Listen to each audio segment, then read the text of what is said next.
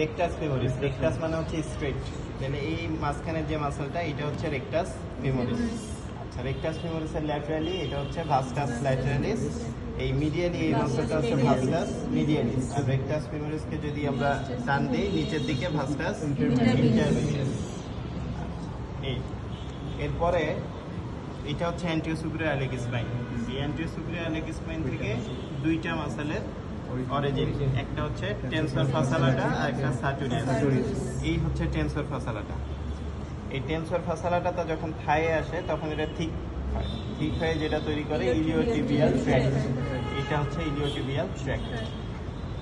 আরেকটা মাসল, সবথেকে বড় মাসল সার্টোরিয়াস। এই মাসলটা হচ্ছে সার্টোরিয়াস, যেটা ইনসারশন হয়েছে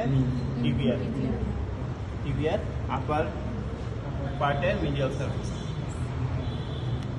এরপরে দেখেন ফিমোরাল ট্রায়াঙ্গেল। ফিমোরাল ট্রায়াঙ্গেল হচ্ছে এই ট্রায়াঙ্গেলটা হচ্ছে ফিমোরাল ট্রায়াঙ্গেল। এখানে কি ল্যাটারালি থাকবে মিডিয়াল বর্ডার অফ সার্টোরিয়াস, এটা সার্টোরিয়াস। রুট ফর্মেশন করবে এই যে ইনগুইনাল লিগামেন্ট।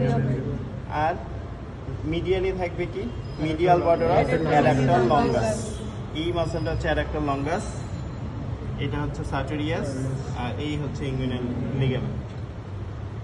এখন হচ্ছে কন্টেন্টের মধ্যে ফিমোরাল আর্টারি, ফিমোরাল ভেইন এবং ফিমোরাল নার্ভ।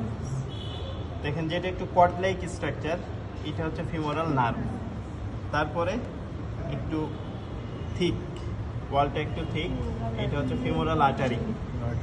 অ্যান্ড দেন আরেকটা এটাতে ফিমোরাল ভেইন, কারণ এটা ওয়ালটা থিন এবং এটা কলাপস করছে, লুমেনটা কলাপস।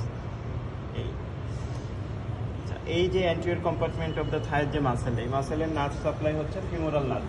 যতগুলো মাসেল আছে সবগুলা ফিমোরাল নার্ভ। ফিমোরাল নার্ভ কোন প্লেক্সাস থেকে আসবে? Lumber plexus.